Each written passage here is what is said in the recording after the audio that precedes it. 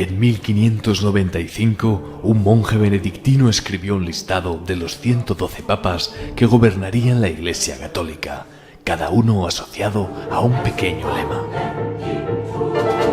Pastor in auta,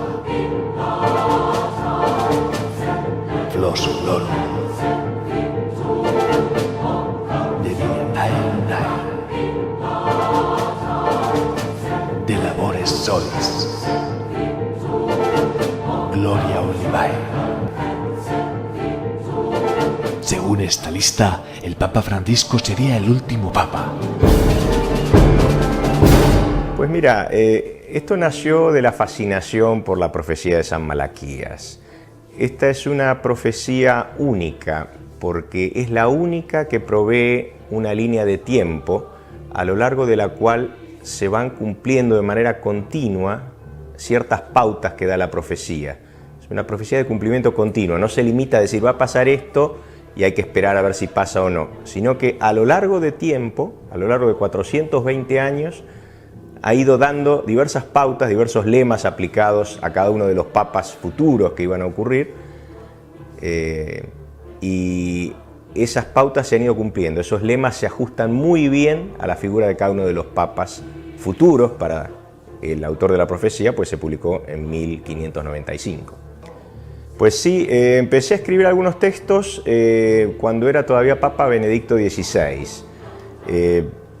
Mi idea fue la siguiente: ha habido varios libros sobre el último Papa, como lo llama la profecía, Petrus Romanus, pero todos estos libros se publicaron antes de la consagración del Papa Francisco, ¿no? Se especulaba que si podía ser un Papa judío o un Papa africano, pero eran todos estereotipos, porque todavía no se conocía quién iba a ser el Papa. Y cuando salió un Papa argentino, pues nadie lo había previsto, y es un Papa que ha roto todos los estereotipos. Entonces es como que todos los libros anteriores se quedaron en una imaginación, pero cuando vemos al hombre de carne y hueso, Francisco, pues todos se han quedado un poco sorprendidos por su personalidad, y es como que incluso veo a algunos de los autores como que han perdido la fe en el cumplimiento de la profecía, porque Francisco no se ajusta a esos estereotipos.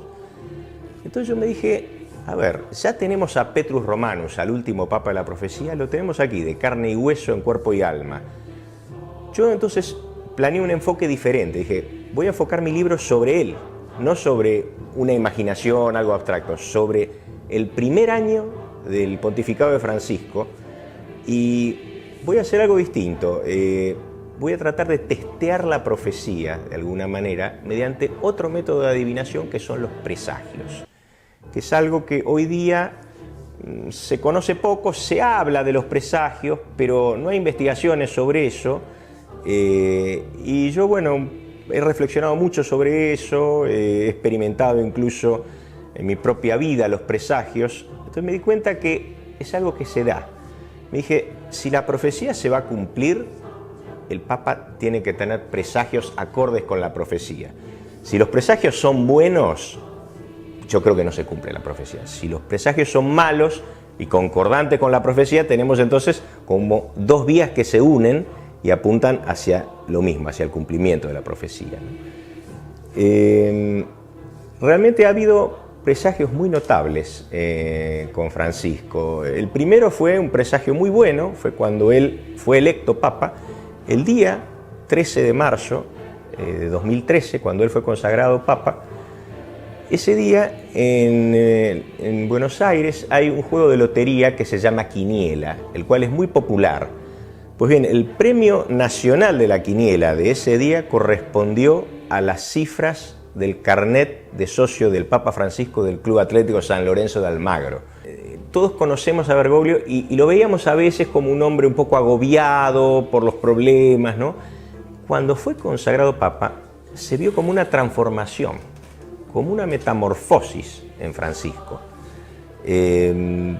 Todos vimos que le cambió el rostro. Todos los argentinos lo hemos visto, dijimos, pero este hombre ha sufrido una metamorfosis al ser consagrado Papa. Y esa metamorfosis fue marcada de algún modo por ese número de sorteo cuando él fue consagrado, ¿no? Bueno, este es un ejemplo de los presagios buenos, podríamos decir, pero al lado tenemos otros presagios que ya son mucho más preocupantes y que realmente empiezan a ser acordes con la profecía. Bueno, el día 26 de enero del año 2014, el Papa ofreció una misa por Ucrania, por la paz en Ucrania. Todavía no había guerra en Ucrania, estamos hablando de enero del 2014. Había habido algunas manifestaciones en la plaza del Maidán, pero todavía habían muerto 1 o 2 personas, estaba dentro de lo que puede considerarse normal en un país con algunos problemas políticos. Estaba el presidente Yanukovych, Ucrania no había secesión ni nada parecido. Bueno, pero el Papa, viendo que había algunos problemas en Ucrania, ofreció dar una misa por la paz en Ucrania. Y trajo a 2 niños ucranianos al final de la misa y les dio 2 palomas blancas, símbolo de la paz, para que los chicos suelten las palomas.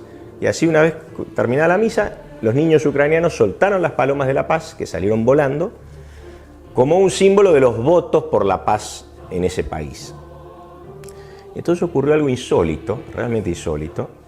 Apareció un cuervo negro, no se sabe bien de dónde, y atacó a una de las palomas. Y al mismo tiempo una gaviota atacó a otra de las palomas.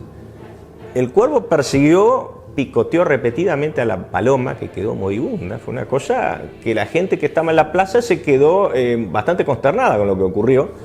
Y la gaviota a la otra paloma le sacó algunas plumas, pero la otra como que un poquito se escapó. Ya los diarios mismos ya hablaron de presagio, porque el presagio es algo que, si bien no se comprende bien cómo funciona, todos un poquito sentimos cuando algo ocurre. ¿Cómo? Una paloma lanzada al vuelo en son de paz, como símbolo de la paz, es atacada por un cuervo. Parece como si las esperanzas de paz que esa paloma representa fuesen a morir, y efectivamente sea un presagio de guerra. O sea, el ataque a las palomas de la paz puede ser un presagio de guerra. Y efectivamente vemos que ocurrió una guerra en Ucrania, lamentablemente, con más de 6.000 muertos, miles y miles de heridos. Es decir, que ese presagio parece haberse cumplido, ¿no?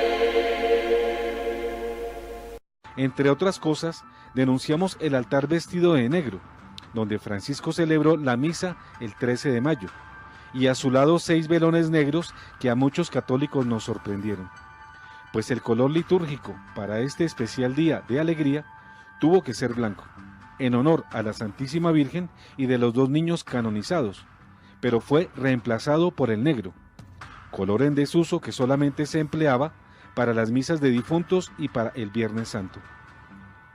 Esta celebración exigía a todas luces el uso del blanco en el altar. En el programa citado mostramos el video y fotos del altar vestido de negro, junto a 6 grandes velones negros, pero también vimos 3 sillas cúbicas negras cerca del altar, además del ambón que también era negro. Todo conjugaba hasta con el palio con adornos negros usado por Francisco. La información que nos ha llegado y que nos tiene muy preocupados se contiene en el libro Historia General de la Masonería, escrito por el masón Danton G., quien dice tener grado 18 en su logia y fue prologado por el célebre literato español don Emilio Castelar.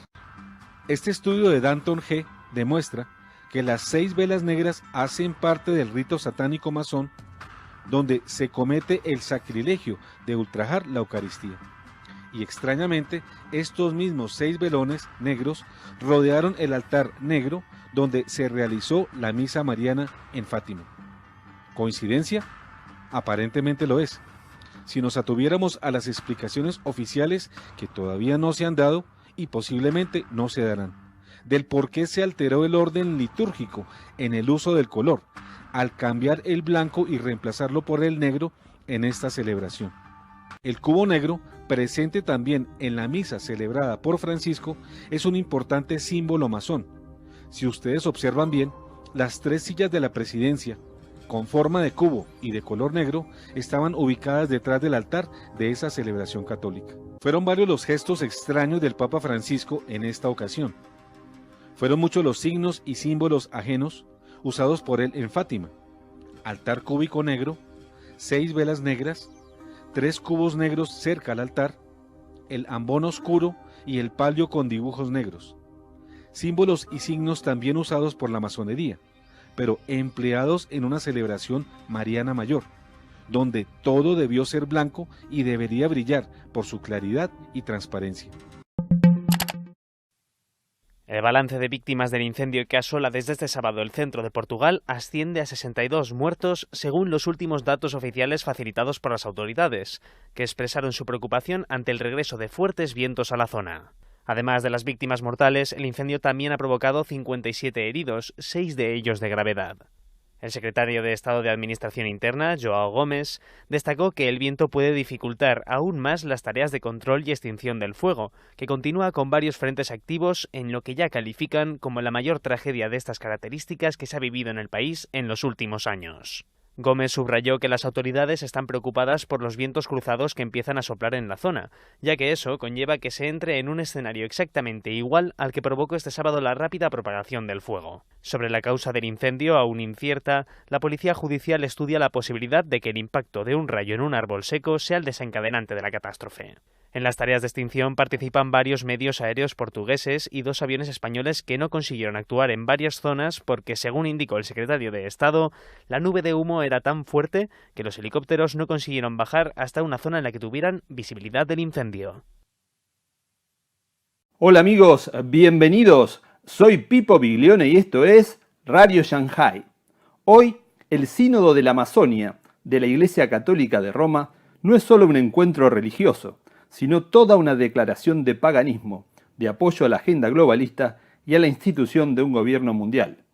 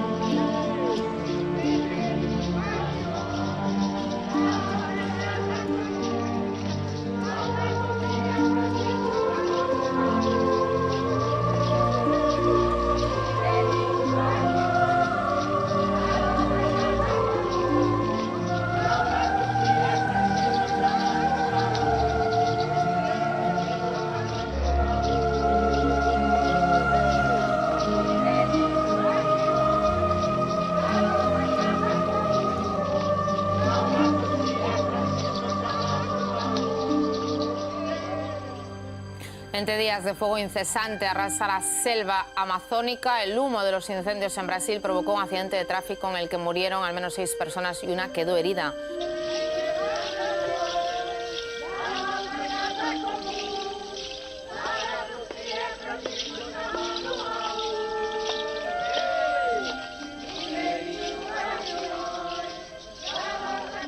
The Amazon is burning.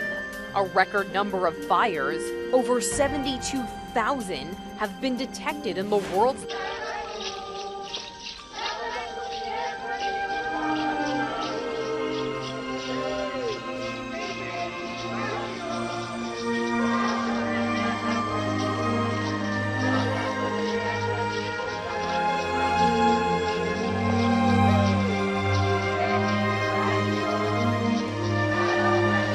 largest rainforest this year.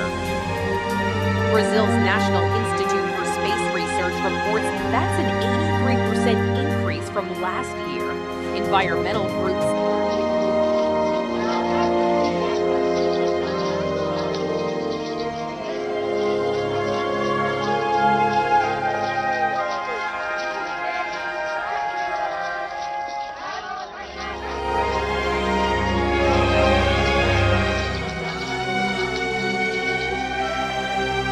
while the jungle is aflame. Here, a motorist captures thick smoke pouring into the sky from one of the fires. The Amazon covers over 2 million square miles.